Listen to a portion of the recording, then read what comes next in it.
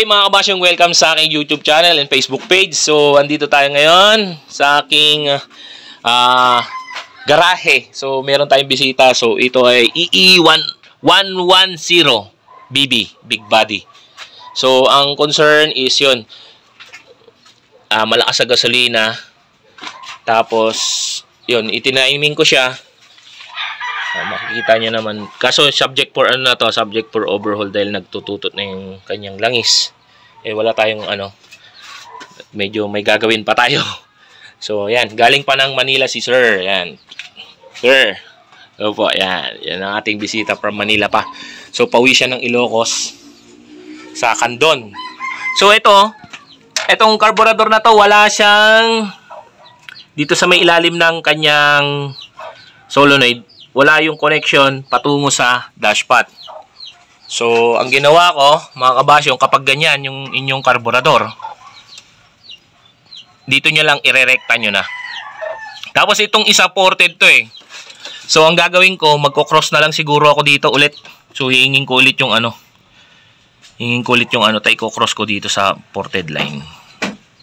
Yan, dito. Ginawa ko to, tinesting lang namin. Pinang-testing lang namin. Yan. Tapos ipapa-overhaul na daw to ni Kabasyong. So bagong palit. Tapos tiniming ko. Walang cover oh, walang crankshaft cover oh. Kabasyong, tignan nyo yung marking. Masyadong maliwanag. Yan. Andito yung marking pero wala siya sa ano, yung crankshaft gear. Masyadong maliwanag. Pasensya na mga kabasyong. Wala yung marking niya doon pero tignan niyo yung marking nandito. So meaning hindi tama yung binigay na crankshaft pulley. So yung marking oh, tapos wala doon yung ano. Kaya naggawa ako ng bagong marking diyan. So kabasyong, i-start mo nga. Tatignan natin ulit yung ano niya. Kasi malakas daw sa gas eh. So malakas sa gas talaga kasi kanina yung line niya iba-iba yung ano. Ayan.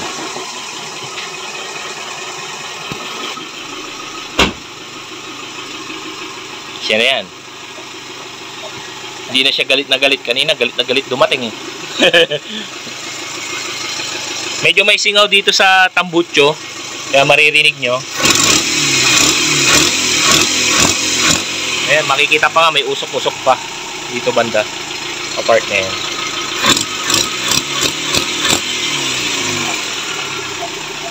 So ito try natin, lipat natin ito.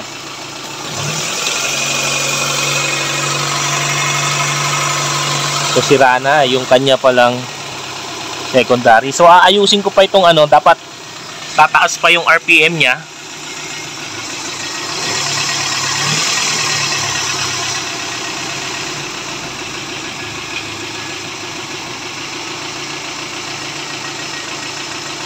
Ayan. Hindi naman siya totaling dikit na dikit mga kabasyong. Yung flashlight para makita nyo. Masyado kasing maliwanag yun. O, so dikit na siya ngayon.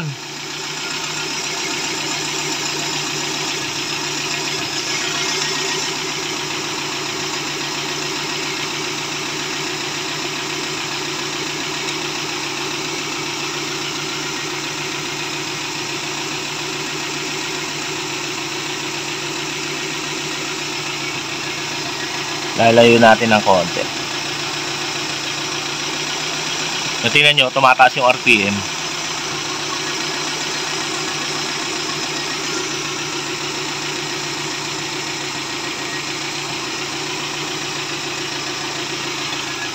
Try natin na rekta muna. Kasi parang pinipigilan na itong ano eh. Pinipigilan na itong check valve. Dali. So ayan mga kabasyong, natatawa ako, nadali si Kabasyong ng bulitas gang. Nilagyan ng bulitas. So pangalawang beses ko na naka-encounter nito. Nilagyan ng bulitas yung vacuum. Kaya pigil, hindi makahigop kasi nilagyan ng bulitas dito banda. So si Kabasyong na nagtanggal. Ayan, siya na nagtanggal. Sabi ko, uy, may bulitas kasi tinry kong higupin.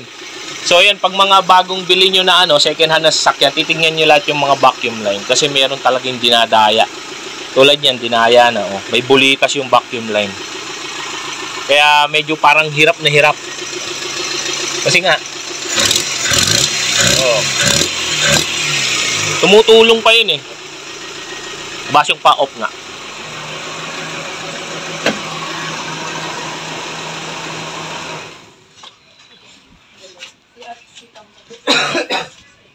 So ayan, knock natin. Kaya i-start mo ulit ka, Basyong. Tignan natin.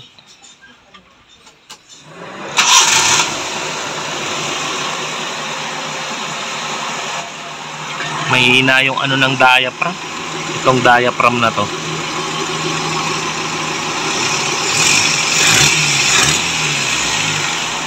Ayan. So double check ko nga rin to.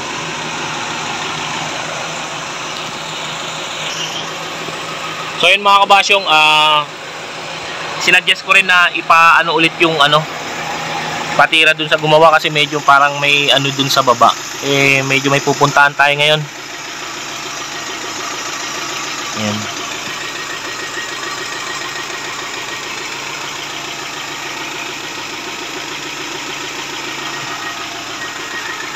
Double check natin.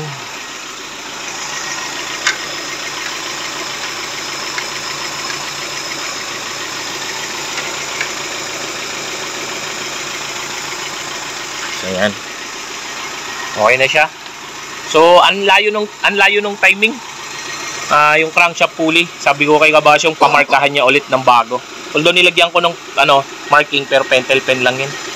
Hindi ko siya ginuhitan kasi subject for overhaul na rin ito. Para minsanang gagawin nung gagawa. Ayan. So, yun lang. Maraming salamat sa panonood mga kabasyong. Sana nabigyan ko kayo ng tip. Yan, tignan nyo maigi yung vacuum line nyo. Baka may bulitas din, madali kayo ng bulitas gang. Ayan. Kaya kaninong hinigop ko at wala. Tagaya may bulitas doon sa vacuum hose. So yan. Yun lang mga kabasyong. Maraming salamat sa panonood. At kung di ka pa nakasubscribe sa aking YouTube channel, please like, share, and subscribe, and hit the notification bell para updated ka sa mga bagong videos na ang i-upload, and paki-like and follow na rin po ang ating Facebook page. Yun lang po, maraming salamat. Happy New Year mga kabasyo.